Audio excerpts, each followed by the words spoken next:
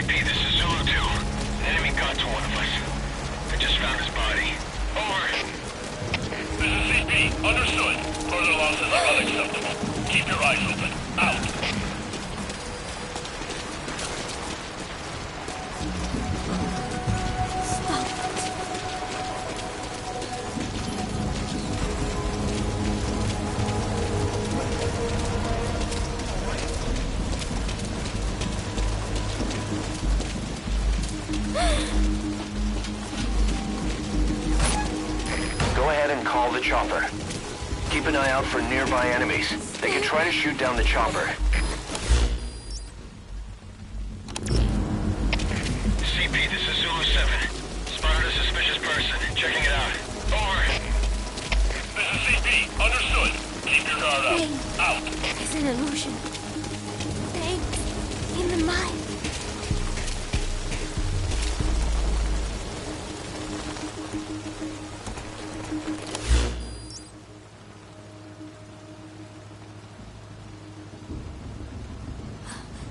Stay away.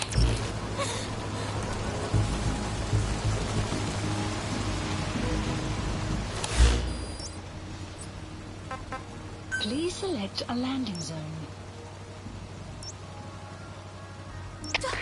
CP, this is Zulu 7. Took a look, but there's nothing going on here. Over. Boss, are you sure about this? CP, understood. Return to your post. Out.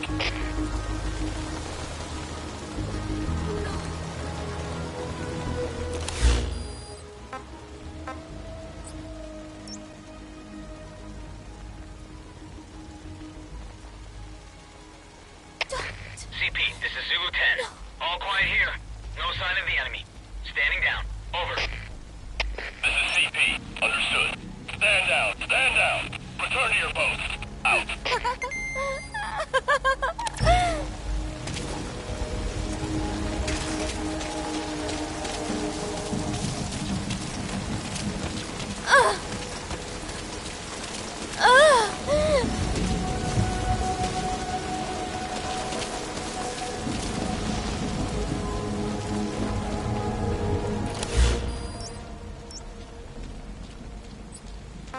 Please select a landing zone.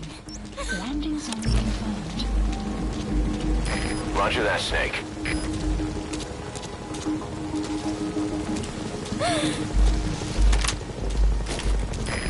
This is Morpho, arriving shortly at LZ.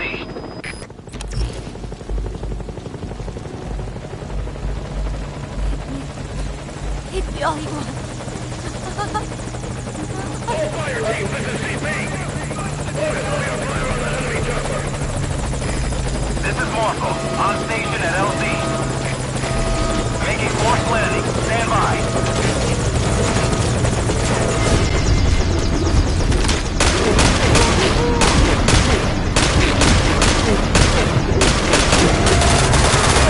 Target on the chopper.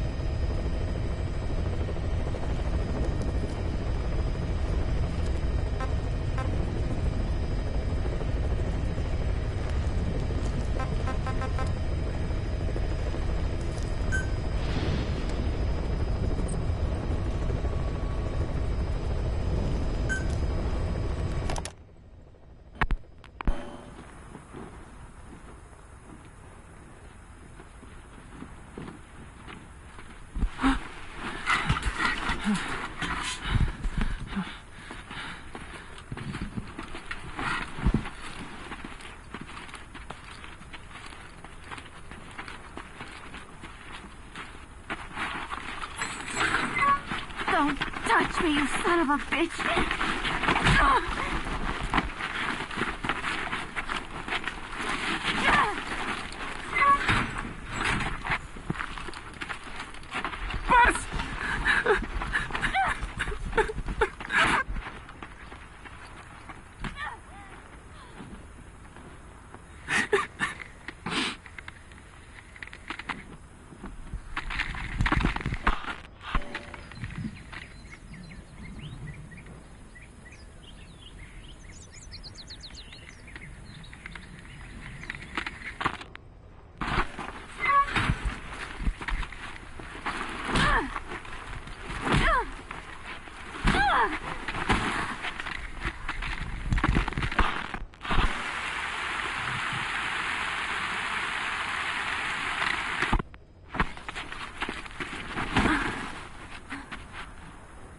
She looks weak.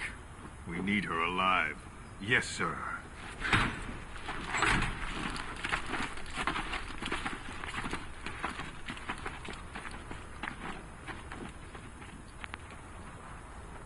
Paz. Huh?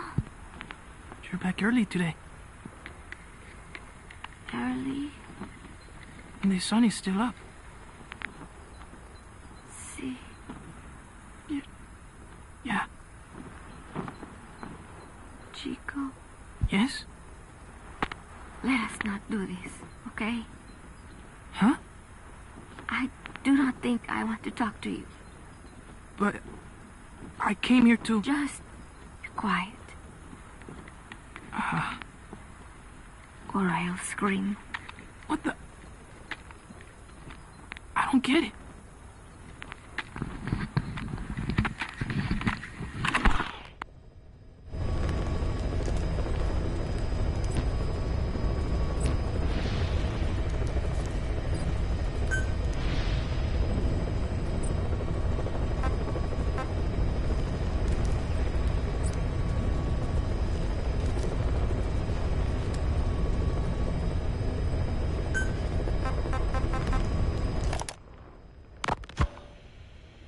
About the inspection, what do we tell the men?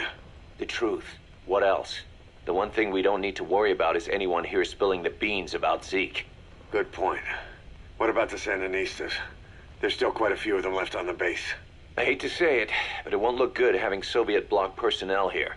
The problem is, moving a group that size in a hurry would look even worse. At least Amanda's on assignment in Cuba. They'd recognize her.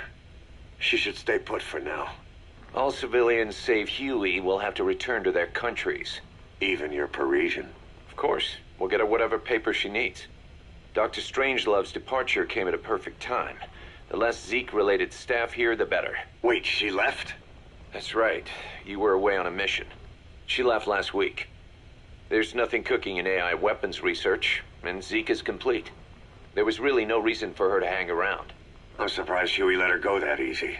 Yeah, his crush on Strangelove was never much of a secret, huh? He followed her everywhere while Zeke was in development. Boy, would she get pissed. But he does have a lot on his mind right now. I've got bigger issues to deal with. That's what he said. That's the spirit, Huey.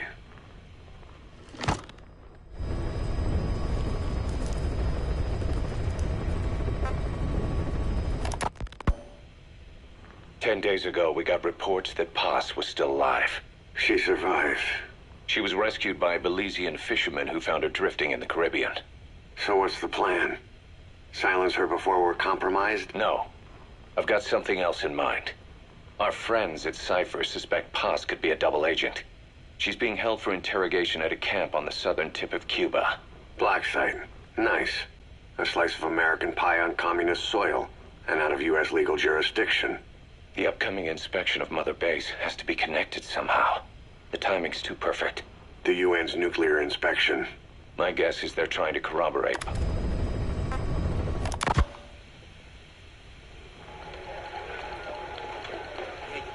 What? Still no sign of Chico? What's going on? It's Amanda in Cuba. Our resupply package arrived, but Chico wasn't with it. Relax, Amanda. I'm sure he's just exploring Havana or something. First time in the big city. Could have gotten carried away. Koss, wait. The boat Chico was on, did it stop anywhere before it got to Havana? Yeah, it had to refuel at Santiago de Cuba. You don't think... Oh, shit. You gotta be kidding me. He does this now? It's 60 miles from Santiago to the prison camp. Chico used to cross the mountains with the older Sandinistas like it was nothing. He'll make that in 3 days. Still, even if he does find his way there... You know how reckless he can be. Chico thinks we've abandoned Paz. That's why he's doing this. We'll start by having the intel detachment in Cuba look for him. We can't let him be captured. There's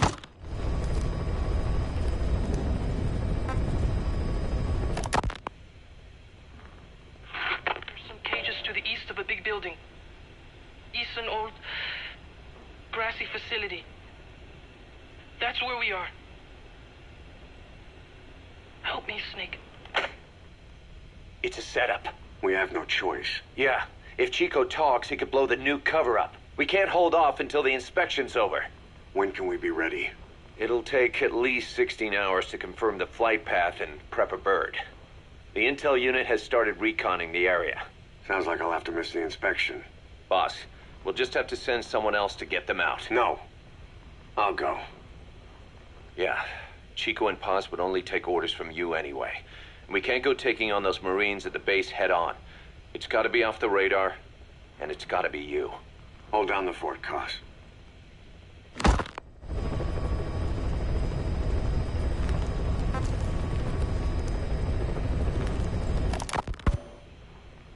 Snake, you can forget about civil liberties where you're headed. God only knows what they'd do to you if you got caught. Do not let that happen. The Cubans leased the land to the U.S. as a gesture for helping them gain independence from Spain.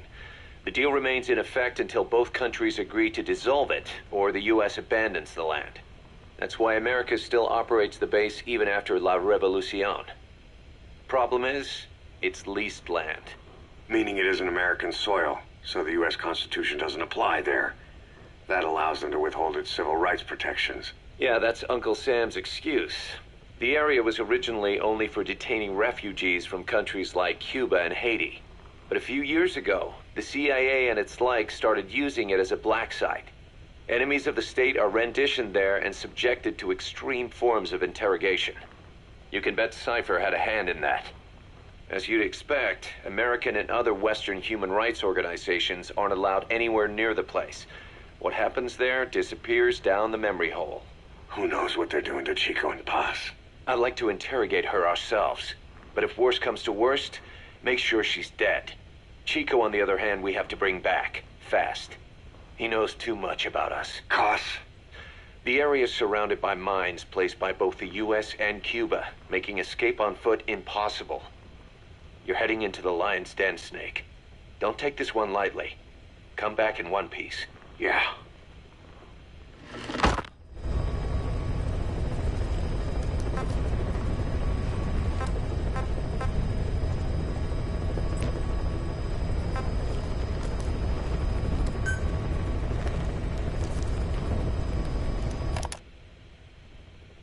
I heard about Paz's tapes. Yeah. Why do you think she'd leave him behind? And that diary? Whatever it was, her commitment was wavering. That much is clear. So she was leaving clues to help us. No way to know for sure. And the ocean's not giving.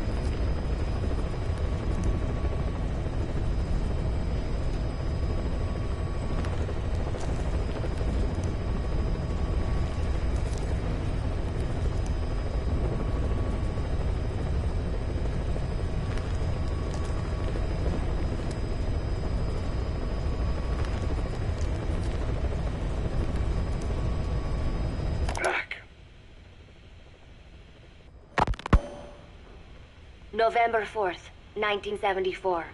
At the outskirts of Barranquilla, Colombia. Contact with Big Boss successful. Zadornov posed as my professor, but Big Boss took one look and knew he was KGB. However, he does not seem to suspect me. To him, I am just a peace-loving student, and another victim of the CIA. We asked him to drive the CIA out of Costa Rica. To him, this means betraying his country. His forces are smaller than anticipated. They drift from place to place with nowhere to call home. That provided us an opportunity, so we seized it. Zadornov offered them a plant off the Costa Rican coast to use as a base. As expected, Miller jumped at the chance. Although initially reluctant, Big Boss came around when Zadornov played him the tape. All because the voice on it sounded like his mentor, the boss. Naked Snake, the man who once saved the world from the brink of nuclear war. Awarded the title of Big Boss for his service. He later became a mercenary, abandoning both his title and his country.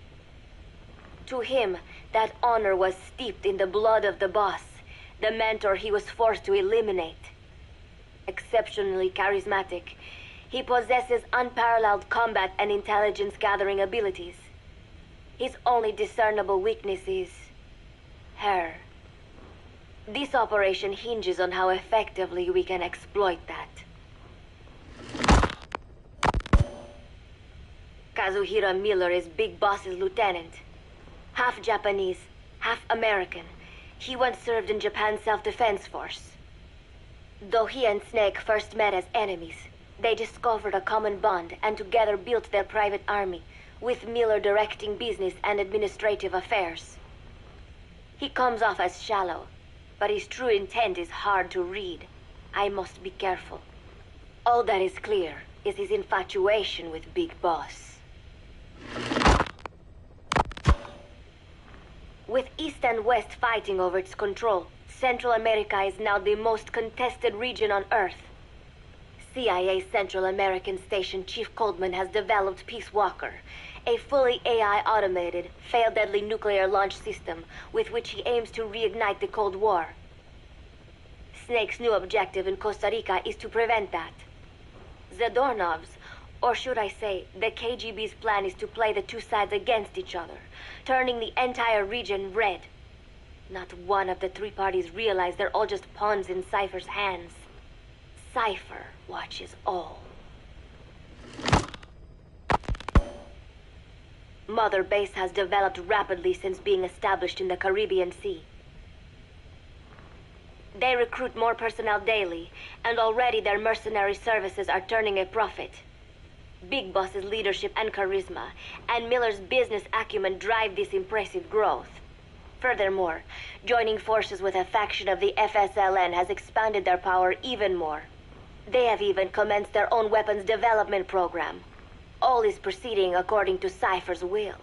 I could not be more pleased. Snake's pursuit of Peace Walker led him to an AI modeled after the boss's thought patterns. It was incomplete, but somewhat ironically, making contact with Snake was the necessary finishing touch. Meanwhile, the scientist behind Peace Walker's locomotive control, Huey, defected to Snake's army. His presence has greatly accelerated weapons development at Mother Base. I failed to anticipate Coldman's madness, but nuclear war was averted. However, this was only after the boss AI on board Peace Walker sank itself to the bottom of the lake in what could be likened to suicide. The boss laid down her gun, choosing to sing for peace instead, and Snake, himself a gun, parted ways with her. In doing so, he reclaimed the title he once abandoned. He is Big Boss. Zadornov has been detained. Since this leaves my cover identity without a guardian, the Mother Base staff has taken me in. I am now better placed than ever to monitor their internal affairs. Everything continues to unfold according to plan. The developer of the boss AI, Dr. Strangelove, has also come to Mother Base. With her and Huey's expertise, they can now develop a weapon capable of matching Peace Walker. Development on the bipedal weapon is now complete. They call it Metal Gear Zeke. It stands there like some sort of mystical guardian. The soldiers gaze on it with pride and reverence. Big Boss has elected to arm it with a nuclear weapon. As an army without a nation, they seem to feel the need for a deterrent against whatever the world might pit against them. It is a dangerous gambit. Why do such a thing? Their nuclear strategy differs from the Americans and the Soviet Union. The superpowers deter attack by revealing their nuclear arsenals to one another. Snake and his men know that if they were to go public with this, the whole world would unite against them. Business would dry up overnight. So they do not plan on revealing the nuke until necessary. This ace-in-the-hole approach is their idea of a nuclear strategy. Wielding a deterrent, all the while unable to reveal its existence. I wonder if Snake sees how vulnerable this makes them. Yes. Hijack Zeke? Yes, I did indicate that to be our leverage. But I cannot imagine his agreeing to that now. But did you not raise them to safeguard your governance without borders? No. I have not forgotten. Cypher watches all. Yes, things are proceeding, but modifying Zeke has not proven easy. I am using Zadornov to buy some time. No, I have not forgotten what you said. However...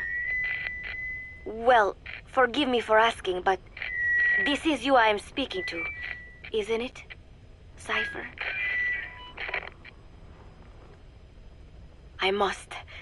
I will fight Big Boss. The world must be ruled by a single will.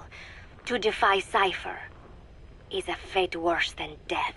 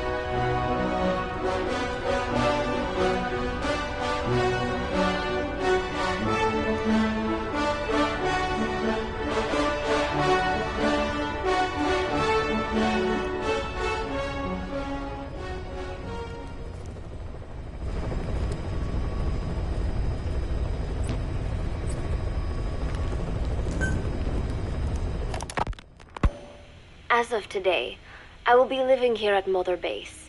Now my real trial begins. Zadornov was paying my room, board, and tuition, but he has since been captured. I told the man that with no more money from the KGB, I could no longer afford school.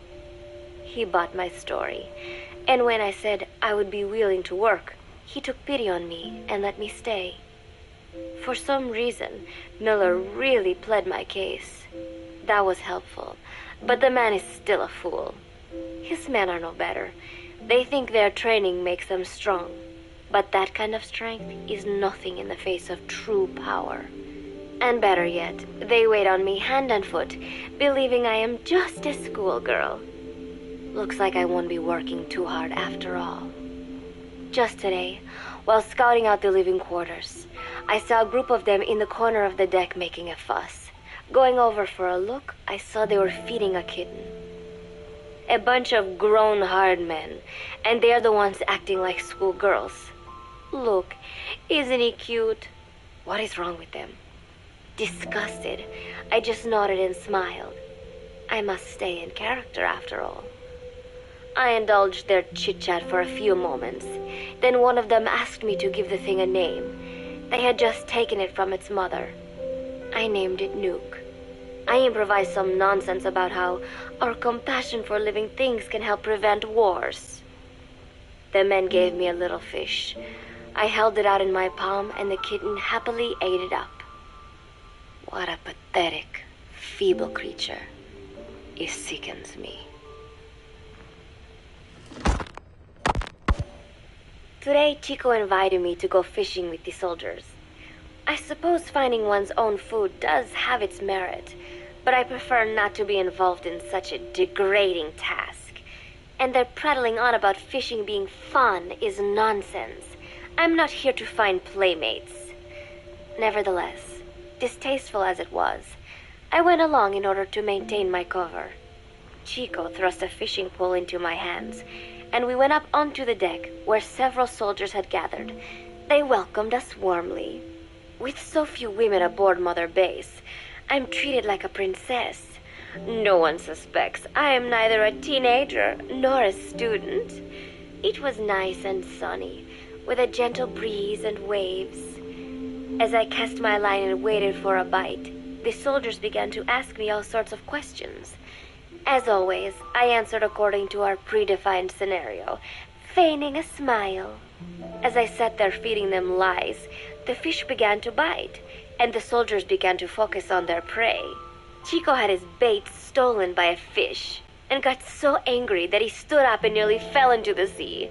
Everybody laughed. It almost made me want to join in too. At some point, I got a bite myself, The instant after I felt that first gentle tug, the fish yanked the line with astonishing strength, and I let out a cry of surprise. I thought he was going to be huge. It was my first time fishing, and I was a bit flustered, so the soldier beside me helped by supporting the pole from behind. "Reel it in," they shouted. I nodded, turning the handle as fast as I could. I wondered what kind of fish lived below the surface, and thought back to the deep sea dives I had to do as part of training.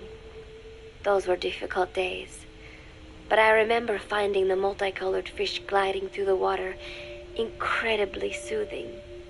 After a hard fight, I pulled it up. To my surprise, it wasn't even half a vara, rather anticlimactic. But I wasn't doing it for fun, so I wasn't the least bit disappointed. Nook was hovering nearby with an expectant look on his face, so I gave the fish to him. All in all, a thoroughly wasted day. Preparations are coming along nicely. No one suspects me of being the one to let Zadornov out of his cell. Today, Amanda and I taught Cecile how to make gallo pinto. It is a simple home-cooked dish consisting of black frijoles mixed with arroz. It is well known throughout Central America, not just in Costa Rica, so it is no surprise that a Nica like Amanda would be good at making it. But I was raised in the States from a very young age, and could hardly even remember my mother's gallo pinto. Having to make chit-chat with that clueless bird lover and the so-called revolutionary was excruciating. And, clueless or not, I wanted to be especially careful around Cecile, the one who actually recorded that tape. Thankfully, Miller and his men seemed to believe I mistook the tape I found for one my friend made. In any case, one can never be too careful. Anyway, the three of us minced garlic and herbs, then cooked them in a pot with frijoles we'd soaked overnight. While waiting for them to cook, we sautéed onions and arroz in a frying pan. Cecile worked the frying pan according to Amanda's directions, but seemed a bit glum. She does have a knack for cooking, though. She is French, after all. We added water to the pan and watched the arroz begin to steam. While we waited, Amanda shared memories of her mother with us.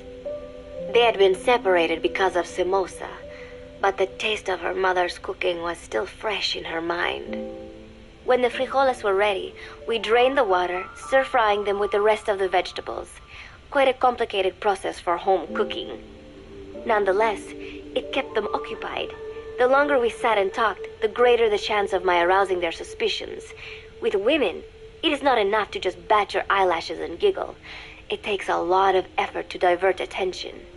When the arroz was done cooking, we folded it into the frijoles and added salsa, stirring the mixture as it simmered.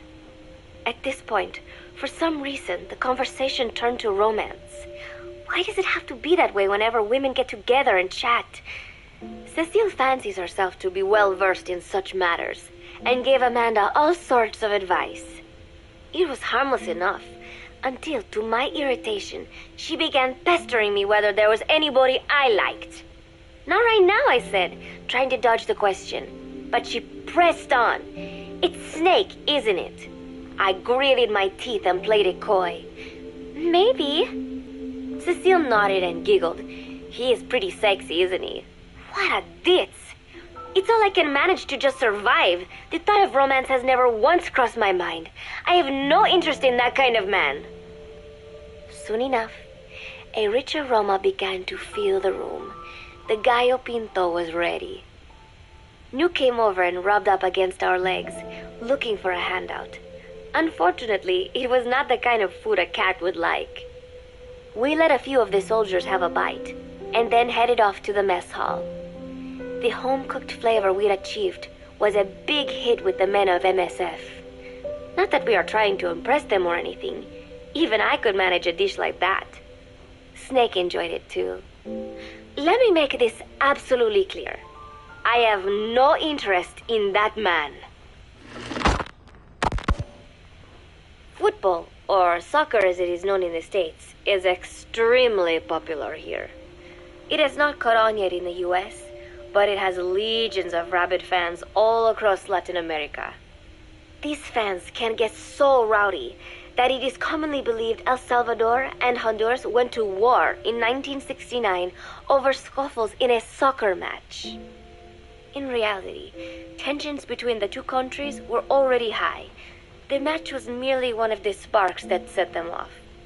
But these people are so passionate about this sport that the story seems plausible. Predictably, many of the soldiers here are fans. They have apparently divided themselves into Costa Rican and Nicaraguan teams and started playing each other. To play, you need a ball and 2 goals. The R&D team built and set up simple goals on the deck.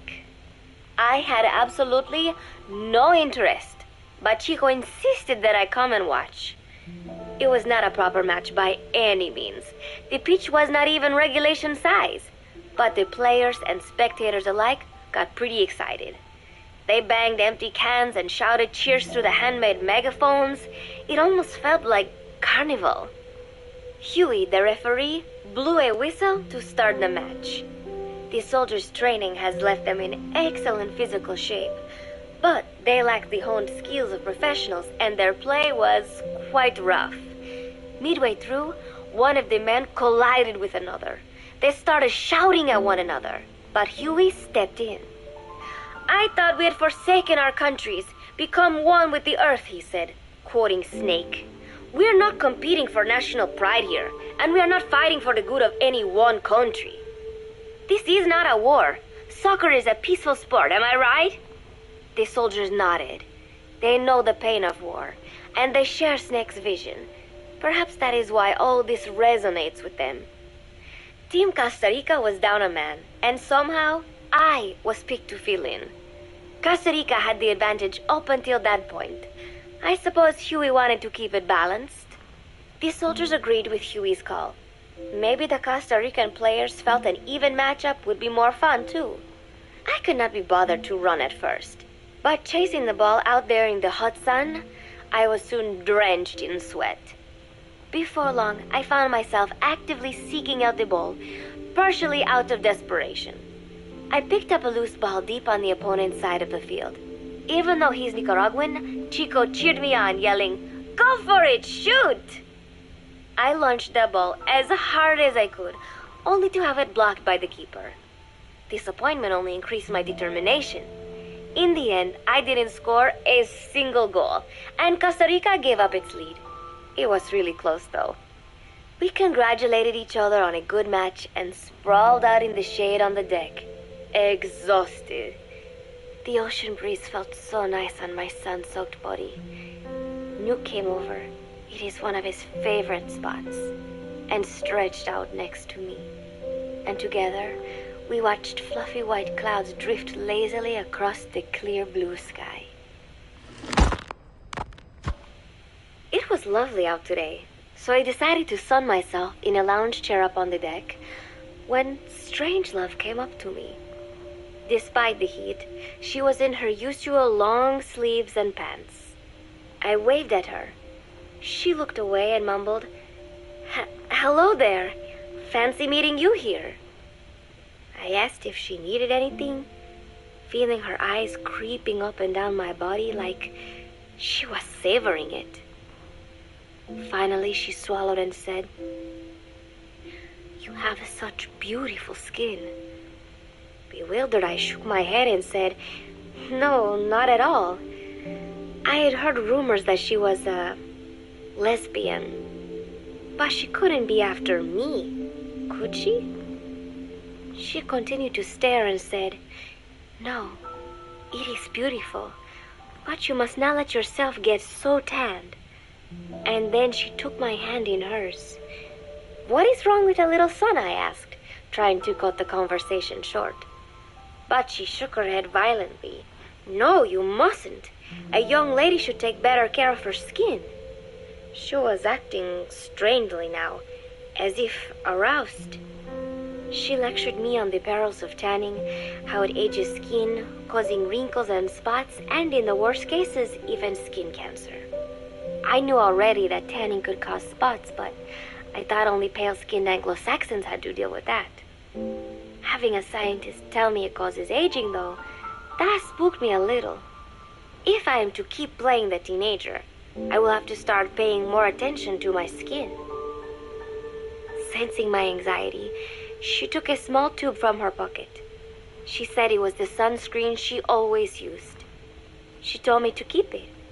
I didn't know what to say. I was more than happy to take it, but exactly what were her intentions? Was she merely being nice?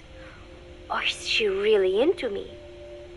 Either way, there was no reason to refuse, I suppose. I have undergone training. An out-of-shape woman does not pose any real threat to me. Having power means not being afraid.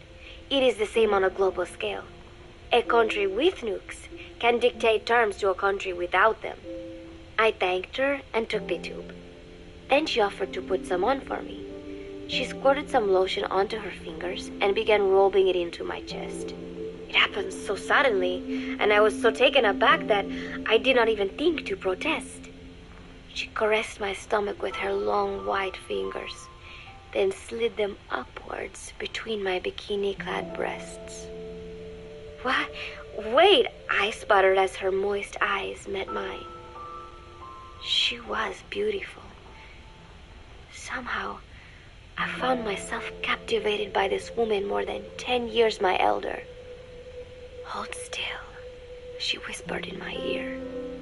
I nodded silently, unable to refuse. My body went limp, motionless, as if in a trance. Gently, carefully, she rubbed the lotion all over my entire body. I shouldn't have enjoyed it, and yet I could not help myself.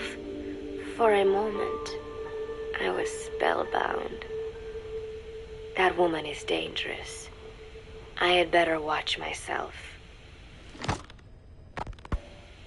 Protecting one's health is an important part of any agent's job. But despite my best efforts, I have caught a cold. Now that I think about it, Mother Base's numbers are on the rise, with soldiers coming from all different places and backgrounds. It is no wonder then that sooner or later someone would bring in a virus. That said, what I have got is just a common cold. The medical team said I'd need a few days rest, so I've been restricted to my room and put on bed rest.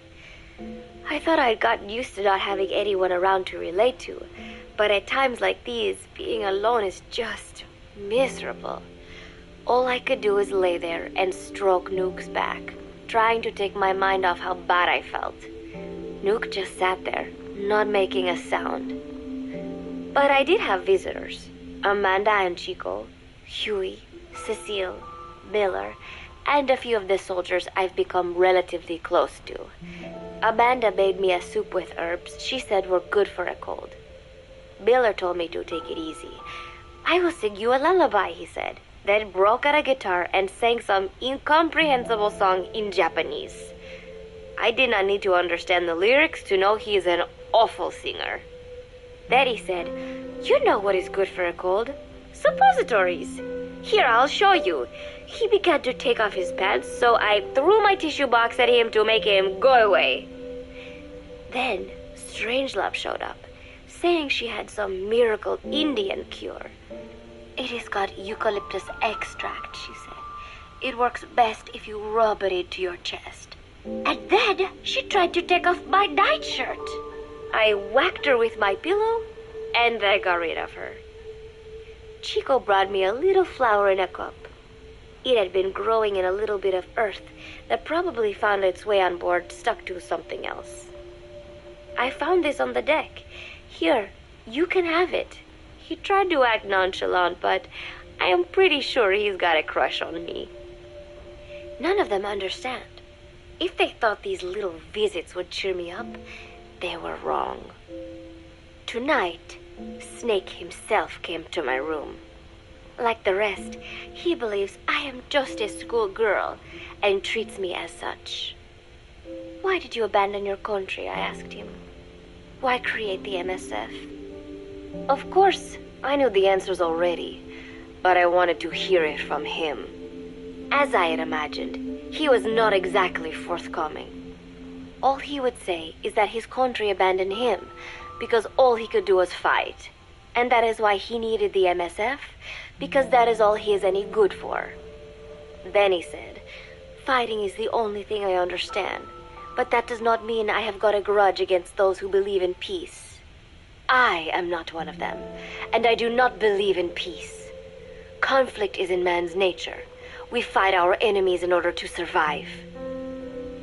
Maybe we are not so different after all, he and I. But that is exactly why I'm going to have to kill him. Or else he will have to kill me.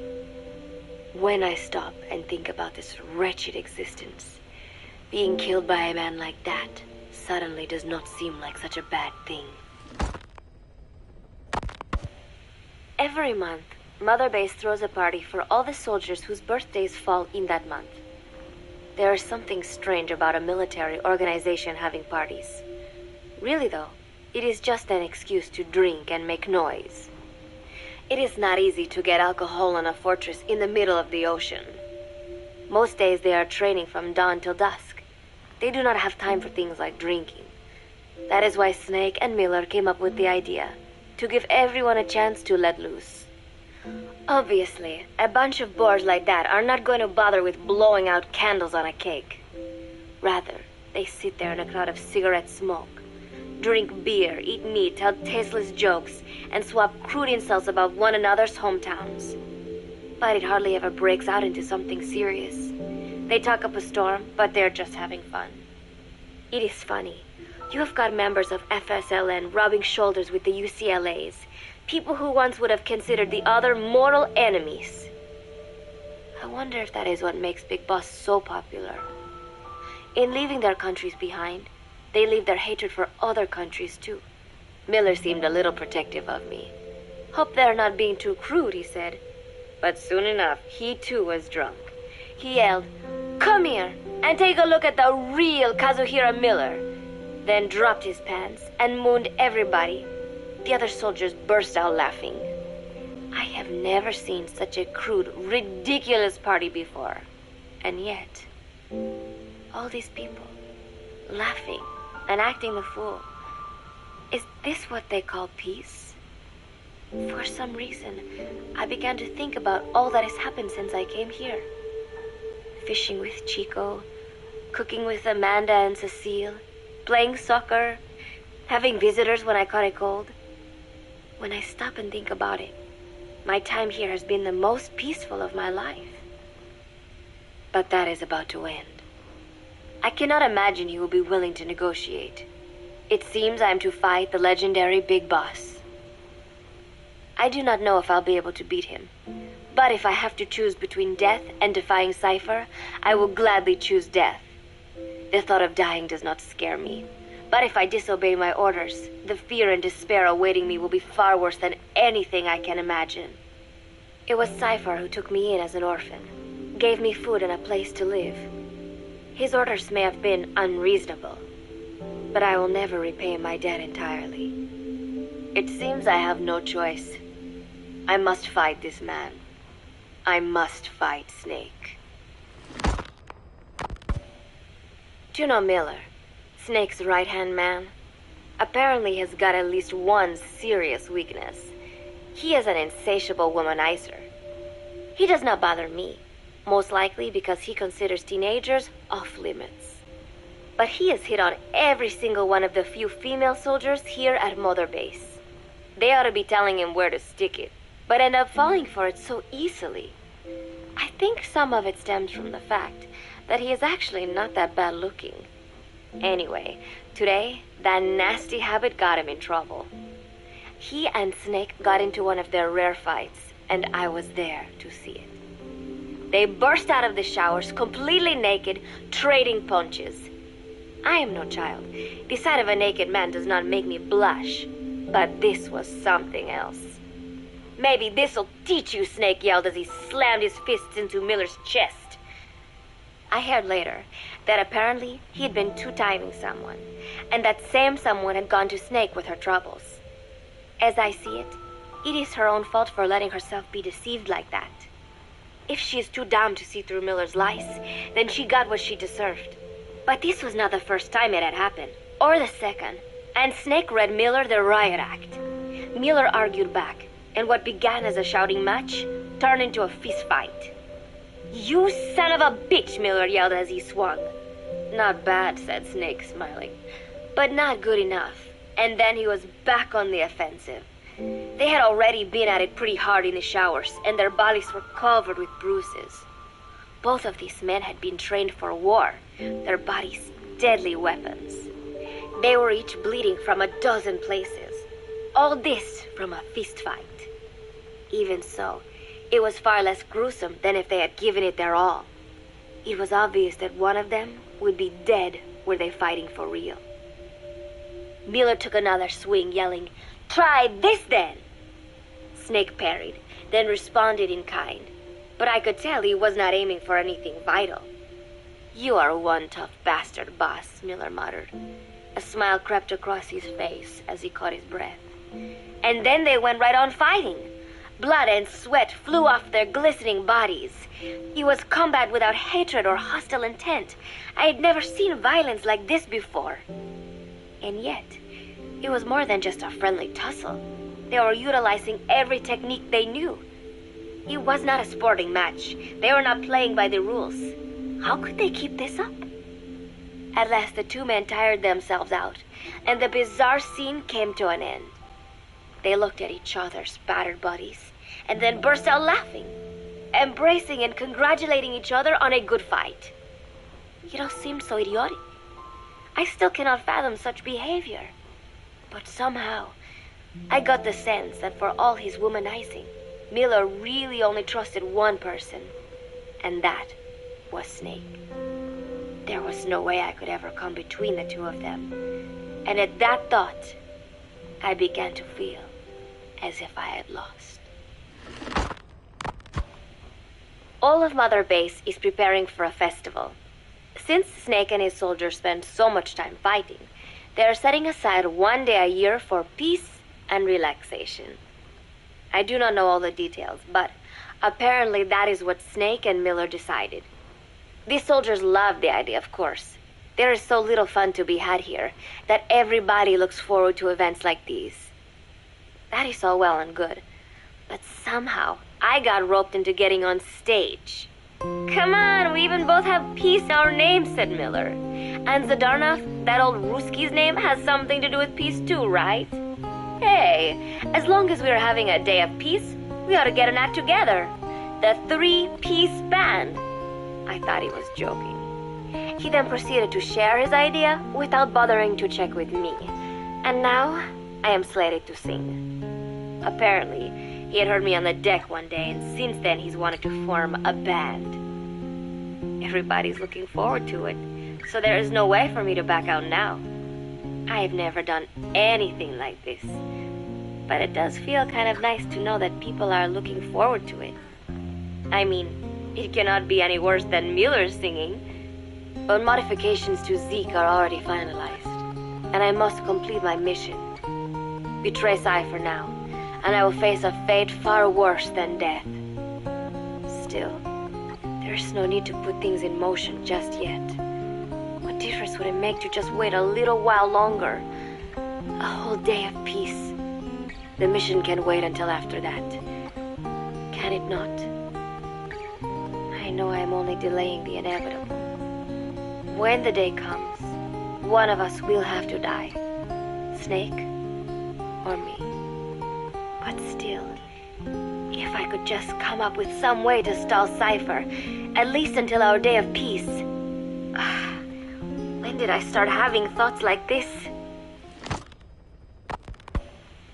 My cover is blown. They know nothing of Cypher or my true objective, but they know I am a spy. There is no more time left. I must act now. I must complete my mission. How did it come to this? All I wanted was 3 more days. Just 3. Miller's already finished writing the song. It is called Love Deterrent. It is about a girl who cannot express her true feelings. I have been practicing.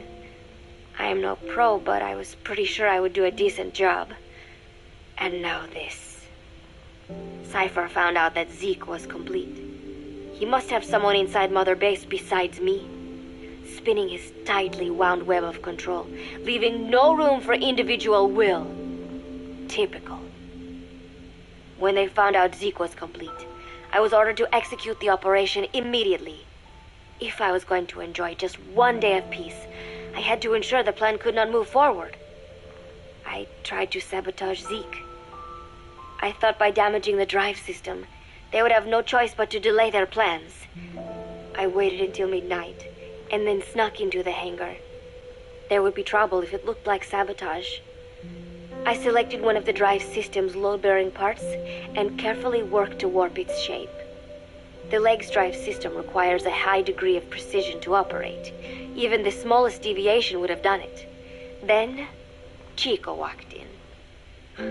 Maybe it was one of those nights where he could not sleep. In any case, he saw me, panicked, and took off running. It would have been easy to kill him, but I could not.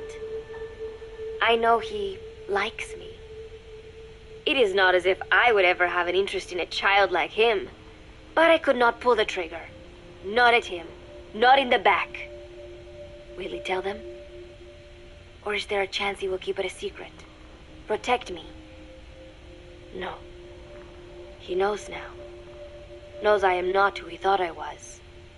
He ran without even questioning what I was doing. There is no chance he does not know. And soon, all I have built here will end.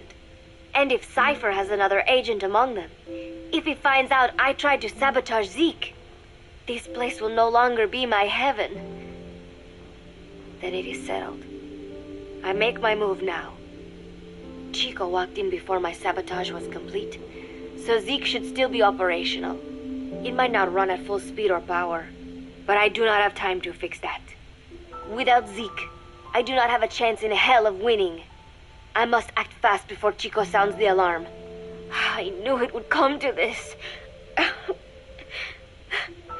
I just did not think it would be so soon. It is time, Zeke. Metal Gear Zeke. Activate.